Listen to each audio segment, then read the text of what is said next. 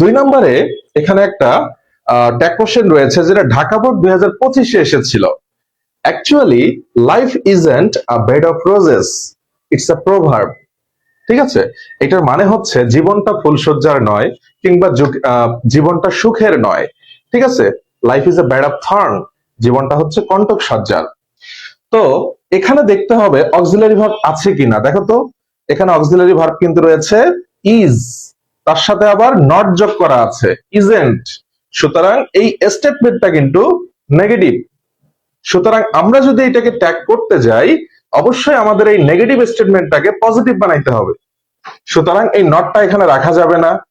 Not যেহেতু আছে বাদ দিয়ে দিব, নট যদি না থাকে আমদানি করব।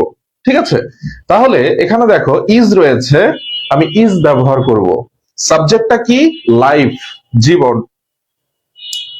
এটা কি থার্ড পারসন সিঙ্গুলার নাম্বার না? সুতরাং ট্যাগের ক্ষেত্রে কিন্তু রুলস গুলা একটু ব্যতিক্রম টাইপ হয়। অন্যান্য ক্ষেত্রে যেমন এভরিবডি থাকলে সিঙ্গুলার হয়, কিন্তু ট্যাগের ক্ষেত্রে কিন্তু আবার এভরিবডি থাকলে প্লুরাল হয়, যেখানে দে ইউজ করতে হয়। আবার অন্যান্য ক্ষেত্রে বস্তুর ক্ষেত্রে যেগুলো থিং টাইপের জিনিস, ওগুলোর ক্ষেত্রে আমরা ইট ব্যবহার করি। কিন্তু ট্যাগের ক্ষেত্রে যদি আমরা দেখি, ব্যক্তি হোক কিংবা বস্তু হোক, যদি প্লুরাল হয় ওখানে 100% দে ব্যবহার করতে হয়। তো ট্যাগ কোশ্চেন করার সময় মাথাটা খুব ঠান্ডা রাখতে হবে, এবং তোমাকে প্রথমেই আগে সিদ্ধান্ত নিতে হবে যে ট্যাগ কিন্তু সবসময় সাধারণ নিয়মে হয় না।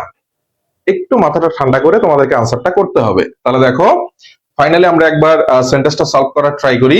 Actually life isn't a bed of roses, এই বাক্যটা যেহেতু নেগেটিভ, আমাদেরকে করতে হবে পজিটিভ। এই নটটা এখান থেকে বাদ দিয়ে দিব, ইজ আছে ইজ নিব, এবং লাইফের পরিবর্তে প্রোনাউন হিসেবে ইট বসানো যায়, আমরা ইট বসাবো। আমাদের আনসার হবে ইজন্ট ইট।